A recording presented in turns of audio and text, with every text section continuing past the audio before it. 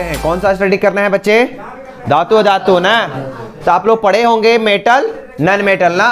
तो metal non metal के बारे में तो हम लोग तो जानते हैं, थोड़ा सा और इसके बारे में कुछ इसके जो फिजिकल प्रॉपर्टी उसके बारे में जानेंगे हम लोग, भौतिक गुण। देखिए यहाँ पे धातु और अधातु लिखे हुए हैं। क्या लिखे हैं? धातु और अधातु। उसमें कुछ में लक्षण लिखे हुए, एक जो हम लोग बनाए हैं कॉलम उसमें लक्षण लिखे, एक में धातुएं लिखे, एक में क्या लिखे? अधातुएं। आप लोग को पता होगा कि धातुएं अधातुएं की परिभाषा क्या है सो, ठीक है। धातुएं पर क्या होता है? प्लस चार्ज रहता है, और अधातुएं पर क्या होता है? माइनस चार्ज रहता है ना। तो देखिए इसमें क्या इंपॉर्टेंट पॉइंट है बच्चे, भौतिक अवस्था। अगर बात किया जाए तो सामान्यतः जो धातुएं होती है वो ठोस अवस्था में होती है, लेकिन कुछ कुछ होते हैं जो एक्सेप्शनल होते हैं, अपवाद होते हैं। जैसे में पारा, पारा देखा ना, ये क्या होता है? लिक्विड फॉर्म में होता है, मतलब ये क्या होता है? द्रव अवस्था में पाया जाता है। कौन? पारा। तो प्रश्न क्या पूछेगा आपका कि इसमें कौन सा ऐसा धातु है जो द्रव अवस्था में पाया जाता है? तो कौन सा धातु है? पारा, ठीक है। आप क्या जवाब दीजिएगा? पारा दीजिएगा, ठीक है। अपवाद रूप में क्या है? पारा। लेकिन सामान्यतः जो धातुएं होते हैं वो क्या होते हैं? सॉलिड स्टेट में होते हैं, मतलब वो क्या होता है? ठोस अवस्था में पाए जाते हैं ना। आप लोग ठोस द्रव गैस के बारे में तो जानते हैं ना। हाँ, तो ये याद रखिएगा, उससे अब आपको पता चलेगा इसको अलग करने में ना। अगला पॉइंट अगर देखा जाए तो इसमें अधातुएं की बात किया। तीनों अवस्थाएं में ठोस जो होता है, मतलब तीनों अवस्था में जो अधातुएं होती है ना, जिसमें ठोस में भी होता है, तुम्हारा द्रव में भी पाया जाता है, उसके बाद कुछ कुछ अपवाद के रूप में भी है। जैसे में कि तीनों अवस्थाओं में ठोस कार्बन हो गया और आपका क्या हो गया? आयोडीन हो गया ना।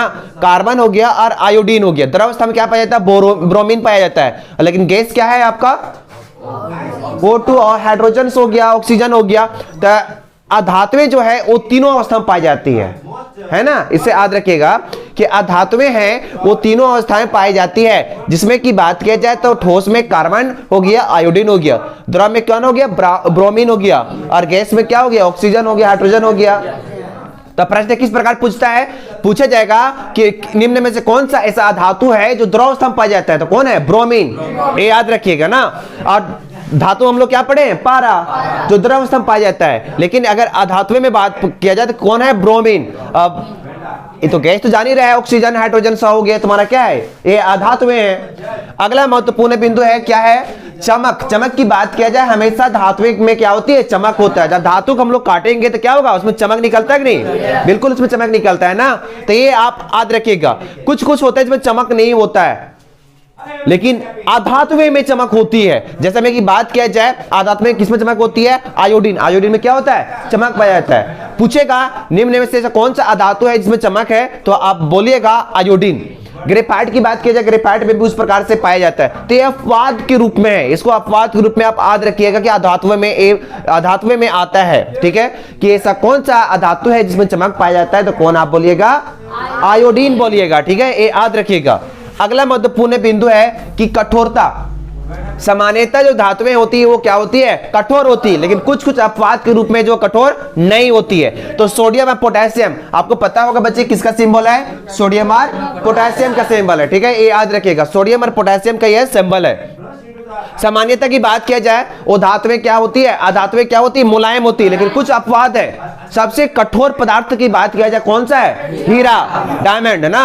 सबसे कठोर पदार्थ पाया जाता है पृथ्वी पर, ठीक है। ये याद रखिएगा हीरा। और किस ग्रुप में आता है? अधातुएं में आता है ना।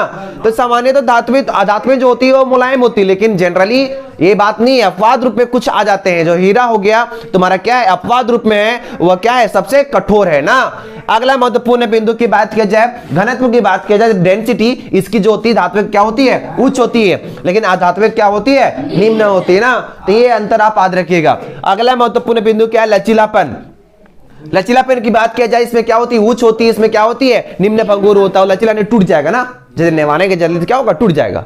जब सपोज दैट कि हम इसको ले लेते हैं, अगर इसको अति करेंगे तो क्या होगा? ये टूट जाएगा। टूट जाएगा कि नहीं? लेकिन अगर कोई लोहा है तो उसको पीट पीट के उसको रिंग रॉड बनाता है ना, तो वो उसको हम लोग कर सकते हैं, वो टूटेगा जल्दी नहीं, ठीक है।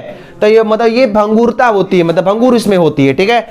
अगला बात महत्वपूर्ण बात है क्या बिंदु है? आघात वर्धनीयता। पता होगा आघात वर्धनीयता किसे कहते हैं? धातुओं का वह गुण जिसको पीट करके उसको पतले चादर के रूप में बदलते हैं तो उसको हम लोग क्या बोलते हैं? आघात वर्धनीयता बोलते हैं ना।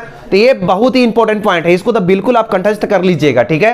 अगर इसमें कुछ पॉइंट की बात की जाए धातुवे में, तो धातुवे में क्या है? आघात वर्धनीयता में इसमें उच्च आघात वर्धनीयता पाई जाती है, मतलब इसमें जो है उच्च आघात वर्ध पाया जाता है। इसमें क्या धातुवे में क्या हो जाता है? निम्न पाया जाता है, ठीक है। तो यह बहुत ही इंपॉर्टेंट पॉइंट है, इसको तो बिल्कुल आपको कंठस्थ करना अति आवश्यक है ना। अब अगला बात की जाए तन्यता। तन्यता की बात की जाए तो तन्यता क्या है? धातुओं का वह गुण जिसको खींच करके पतले तार के रूप में हम लोग बदलते हैं उसको क्या बोलते हैं हम लोग? तन्यता बोलते हैं। सबसे तन्य धातु सोना। 1 ग्राम में लगभग कितना किलोमीटर डिस्टेंस हम लोग कवर कर सकते हैं? 2 किलोमीटर। कितना? 2 किलोमीटर 1 ग्राम में। सोचिए इतना पतला, मतलब इतना महीन आपको नग्न आंख को दिखेगा ही नहीं, ठीक है। सोचिए इतना पतला वायर वो बना सकता है। या ये 1 ग्राम गोल्ड में लगभग 2 किलोमीटर अप्रोक्सीमेटली हम लोग डिस्टेंस के क्या करते हैं? कवर कर सकते हैं। ये आपका किसमें कर सकते हैं? इसका उच्च तन्यता की वजह से, ठीक है, इसमें तन्यता होने की वजह से। लेकिन अगर ऐसा बात किया जाए कि ऐसी जो तन्यता है, तन्यता आपका डिफिनेशन आद हो गया। तन्यता किसे कहते हैं? ऐसे वह धातु जिसको खींच करके पतले तार के रूप में बदलते हैं उसको क्या बोलते हैं जी? तन्यता बोलते हैं ना। सबसे तन्य धातु सोना, ये याद रखिएगा। गलनांक एवं कथनांक की बात किया जाए, इसमें गलनांक और कथनांक की बात किया जाए, इसका ऊंच होता है अपवाद में। कुछ कुछ होते हैं अपवाद में होते हैं, जिसमें क्या हो गया तुम्हारा? सोडियम और पोटेशियम। जो क्या है उसको हम लोग चाकू से भी आसानी से काट सकते हैं। क्वेश्चन है ना कि कौन सा धातु है जिसको चाकू से आसानी से काटा जा सकता है, तो कौन होगा? सोडियम और पोटेशियम, जिसको हम लोग चाकू से काट सकते हैं इजी से। तो वो उसकी में क्या है? तो उसका जो गलनांक है, कथनांक क्या है? बहुत कम है ना। अगला इसमें धातु में क्या होता है? निम्न होता है ना। धातु में क्या होता है? सोडियम और पोटेशियम अपवाद रूप में, लेकिन अधातु में क्या है तुम्हारा? निम्न है। अगला पॉइंट की बात किया जाए, इसमें विद्युत चालकता की बात किया जाए, यह सुचालक होता है। धातुएं सामान्यतः रूप से क्या होती है? सुचालक होती है ना। लेकिन अधातुएं में क्या होते हैं? जनरली कुचालक होता है। लेकिन कुछ एक्सेप्शनल केस है जिसमें अपवाद के रूप में बात किया जाए। इसमें कौन है? ग्रेफाइट। ग्रेफाइट क्या है? यह विद्युत का क्या है? सुचालक है, कुचालक नहीं है, सुचालक है। तो ये अपवाद रूप में है जो आपको बिल्कुल याद करना अति आवश्यक है। यहां से प्रश्न देखने को मिलता है, ठीक है। तो क्या क्या हम लोग पढ़े और रिकॉल करते हैं, फिर से हम इसको समझते हैं कि धातुवे अधातुवे के बारे हम लोग देखे, इसका भौतिक गुण देखे कि धातुवे में क्या होता है, अधातुवे में क्या होता है। धातुवे सामान्यतः ठोस होती है, अधातुवे सामान्यतः तीनों अवस्था में पाई जाती है। क्या? और गैस में पाई जाती है, ठोस में पाई जाती है और द्रव में पाई जाती है। तो कुछ प्रश्न पूछ लेता है कि इनमें से कौन सा धातु है जो द्रव अवस्था में पाया जाता है, तो ब्रोमीन। इनमें से कौन सा धातु है जो द्रव अवस्था में पाया जाता है? पारा, ठीक है, याद रखिएगा, ठीक है, पारा। अगला जनरली पॉइंट जो पूछता है अधात्विक वाला जो पोर्शन में कि निम्न में से कौन सा अधातु है जिसमें चमक होती है, तो किसमें होती है? आयोडीन में। तो आयोडीन में क्या होती है? चमक होता है ना।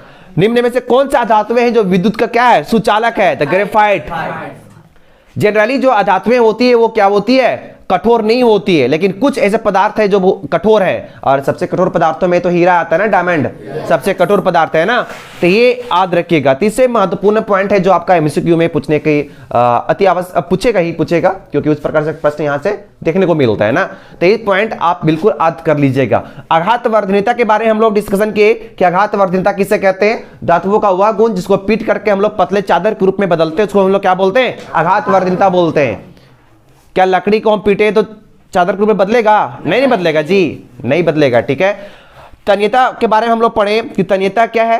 तन्य धातु की बात किया जाए तो तन्यता उसे कहते हैं जो पतले तार के रूप में उसको बदला जा सकता है, हम लोग क्या बोलते हैं? तन्यता बोलते हैं। सबसे तन्य धातु क्या है? सोना, गोल्ड है ना। जो 1 ग्राम गोल्ड में लगभग 2 किलोमीटर डिस्टेंस को हम लोग क्या करते हैं? उसमें वायर उसको बना सकते हैं, जो हमको नग्न आंखें खुली आंखों से हमको दिखता नहीं। क्या कभी सुनार को देखा है कि लोहा के वो ज्वेलर बनाता है? सो नहीं ना रे, सोना चांदी बनाता है का इजली से बन जाता है, लेकिन लोहा का अगर होता बड़ी सस्ता मिलता है। क्या सस्ता मिलता है रे? वो उतना लचीला नहीं होता है, वो टूट जाता है, वो टूट जाएगा तुम्हारा, ठीक है। और उतना डिजाइनेट कितना कम ग्राम में कितना डिजाइनेट बना देता है वो, तो वो लचीला वायर ज्यादा बन सकता है ना उसमें। तो ये महत्वपूर्ण बिंदु था, ठीक है। बाकी कोई दिक्कत नहीं, यहां तक कोई दिक्कत है क्या? नहीं दिक्कत है, ठीक है। इसको फिर आगे देखेंगे, इसको लिख लो सब।